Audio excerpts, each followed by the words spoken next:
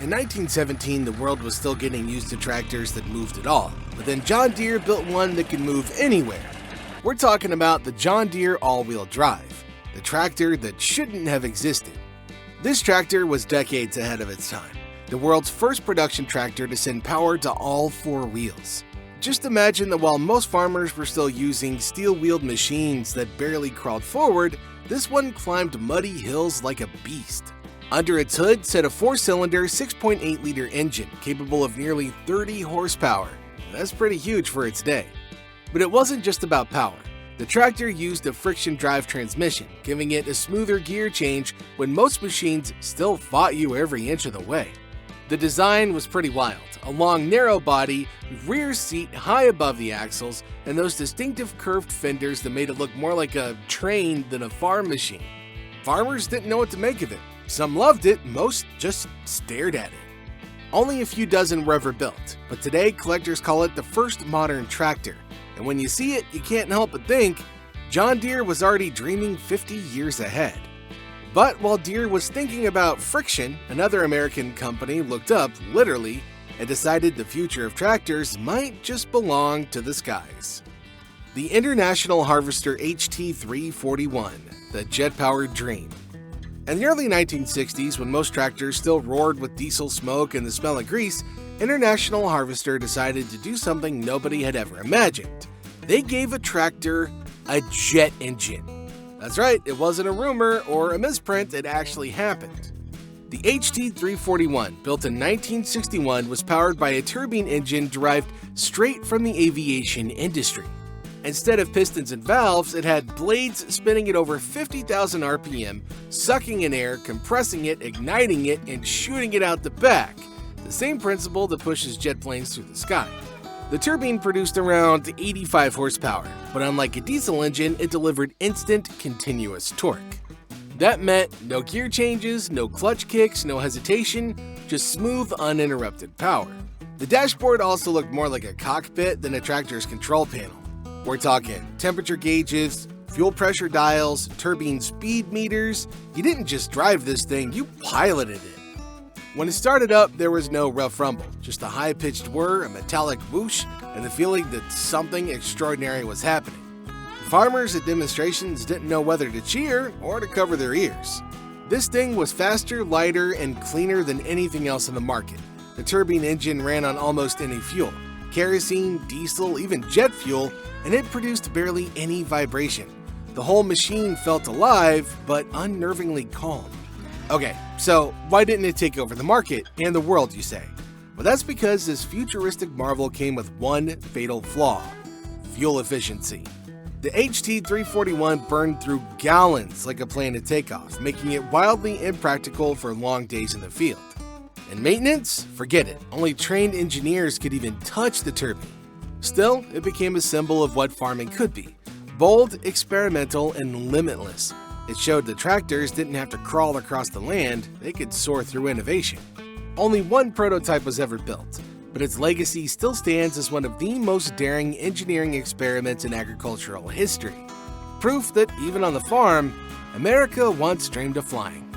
But if jet engines were too extreme for farming, one company decided to go in the opposite direction. Silent, clean, and powered by something nobody saw coming. The Chalmers Fuel Cell Tractor, 1959, the electric ghost. Now, long before electric cars made headlines, a tractor company from Milwaukee quietly built something the world wasn't ready for. In 1959, Chalmers unveiled the first fuel cell powered tractor, a machine that ran without a drop of gasoline or diesel. Instead, it used 1008 hydrogen fuel cells connected in series, producing a steady stream of electric power. While it ran, it made no sound, no exhaust, just a faint hum. Farmers at the demonstration watched in disbelief as it pulled the plow across a field without smoke or vibration. It looked like magic, but it was science. The technology worked beautifully, but the world, it wasn't ready yet. Hydrogen storage was risky, fuel cells were expensive, and fossil fuels were super cheap. The idea faded for decades. And yet today, as electric tractors and hydrogen machines make their comeback, it's impossible not to see the ghost of Chalmers smiling in the background.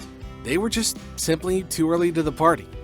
That 1959 prototype now sits in the Smithsonian, a silent reminder that sometimes the future shows up before the world is ready for it. Now, before we dive into our last two, don't forget to subscribe to the channel. It's easier than trying to start a 1917 John Deere in the cold. And if these futuristic antiques blew your mind, make sure you hit that like button, because our next couple tractors are going to take innovation even further. Up next is the Oliver 1900, the muscle car of the 1960s farm. Okay, by the 1960s, most tractors still had that slow, clunky personality. Solid, dependable, but really far from exciting. And then along came the Oliver 1900, and suddenly tractors had swagger.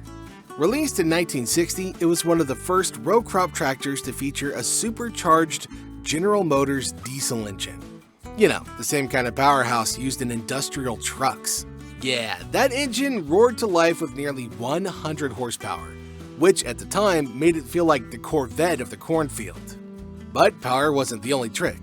The 1900 introduced full four-wheel drive as an option, a feature that wouldn't become common for decades. Its front and rear axles were perfectly balanced, giving it traction and control unheard of in its time. And the design, classic green and white paint, sleek frame, and a sound that can make any gearhead grin. Farmers said it felt like driving a sports car that just happened to pull plows. Oh, sure, it was heavy, loud, and burned fuel like a furnace, but it proved something important. Tractors could be strong, they could be fast, and they could be fun. The Oliver 1900 wasn't just advanced, it was attitude on wheels. But while the 1900 looked to power and performance, its smaller sibling focused on something far more technical: precision, balance, and a transmission system that was decades ahead of the curve. The Oliver OC9, the smooth operator. By the late 1950s, tractors were loud, jerky, and absolutely exhausting to drive. Every gear shift felt like a fight, every hill a gamble. And then came a quiet little revolution: the Oliver OC9, a crawler tractor that didn't roar or jolt. This thing glided.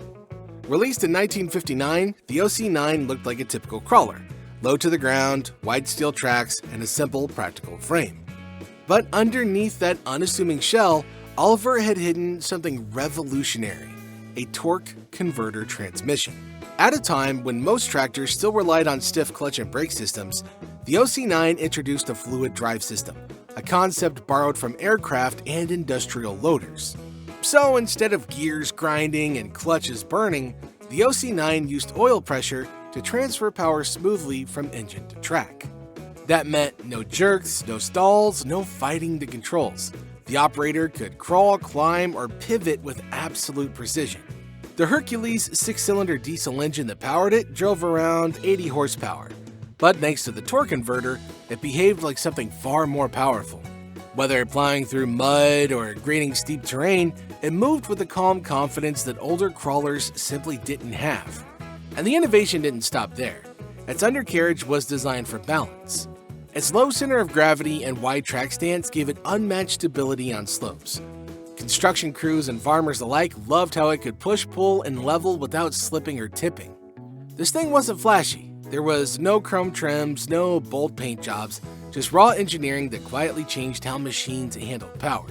Operators described it as driving silk on steel. You didn't feel it fight you, you felt it flow. The OC9 never became a global bestseller, but its influence did live on.